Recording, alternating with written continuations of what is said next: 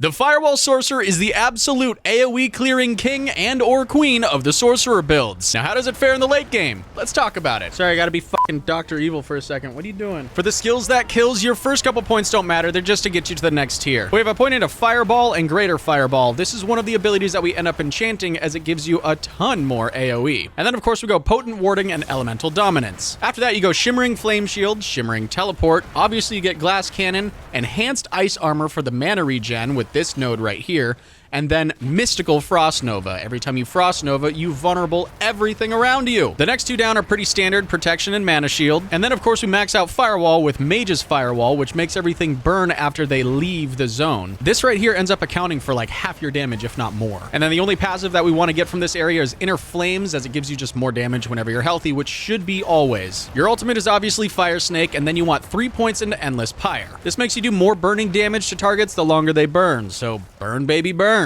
And speaking of burning, lastly, we go with Combustion as our keystone pipeline. Probably shouldn't say that. And I realized we didn't talk about the second enchanted skill, which is just Firewall. Every time Firewall deals damage, it has a chance to spawn a couple more underneath the target, and this can just keep chaining. It doesn't happen often, but it's really nice to have those extra burning applications stacking up. Now, for the aspects, the main offensive one that you go for is Engulfing Flames. And then similar to other Sorcerer builds, you also want to get Stormswell, Conceited, and Edgemaster. For defensive and or supporting aspects, you go Disobedience, Snow Veiled, and Prodigy. Prodigy is your mana battery. It's the one that gives you mana every time you use one of your cooldowns. But I'll let you see these on screen right here just for another brief second before we move on to the next thing, which is stats. Since things have changed in Season 4, stats are a lot easier to understand and digest for everyone. This build benefits greatly from cooldown reduction, benefits to your mana, and then, of course, ranks to Firewall. Now, what's great with the new crafting system is now you can tailor almost all of your gear to be exactly what you want. Now, for defensive stats, we want cooldown reduction again, honestly doubling down on that with pretty much every Sorcerer build is a must. And then you want damage reducing stats like armor, resistances, or maximum life. Now, the Paragon board, it likes to be pretty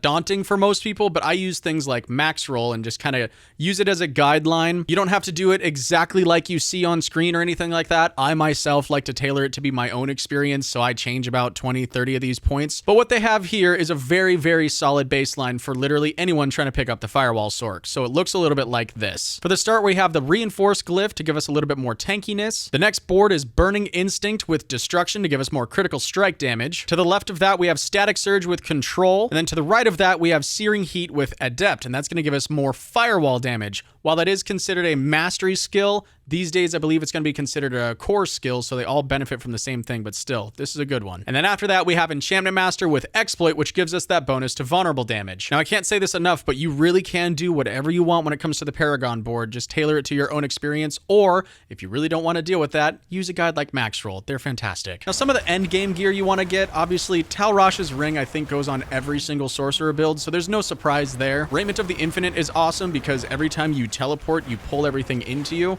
so you can just lay down a bunch of your firewalls and just keep teleporting onto that. And then Godslayer Crown does the same thing, but it does it when you hit elites. So everything around your target just gets sucked into this just massive kiln, essentially, and you're just making clay out of demon body parts. Speaking of things to do and not to do, we're going on to the playstyle. Now, the playstyle on this one is extremely simple. You lay down a bunch of firewalls and kite everything through them. All of your damage output on this build is split kind of half and half between the actual damage from your firewall and the burning damage they take when they leave your firewall. Your cooldowns are almost exclusively used for mana regeneration, and then your ultimate not only pulls everything in, but it also makes your firewall free so you can spam the living hell out of it. Objectively speaking, this build is absolutely top tier for AoE clearing and moderate elite hunting. It does, however, start to fall off when it comes to the bigger bosses, especially ones that have like a teleport or any kind of invulnerability that removes that burning damage that you have stacked on top of them. I put it up on the pit clapometer, and it actually managed a blazing 4 minutes and 12 seconds, putting it kind of in the middle ground for our build so far. And remember, this is with no stat optimizations at all. In my opinion, this is one of my absolute favorite leveling builds, and it's actually what I'm starting the season with, and it's kind of what I start every single season with. I really love the Firewall Sorcerer. This is 100% my my vehicle to get into my Blizzard Sorc, which is my favorite endgame build.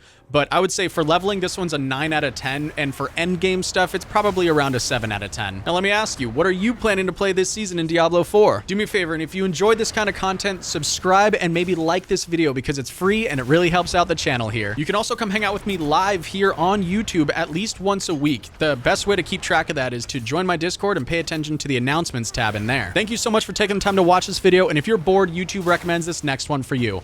Happy grinding, travelers, and we'll see you in Sanctuary.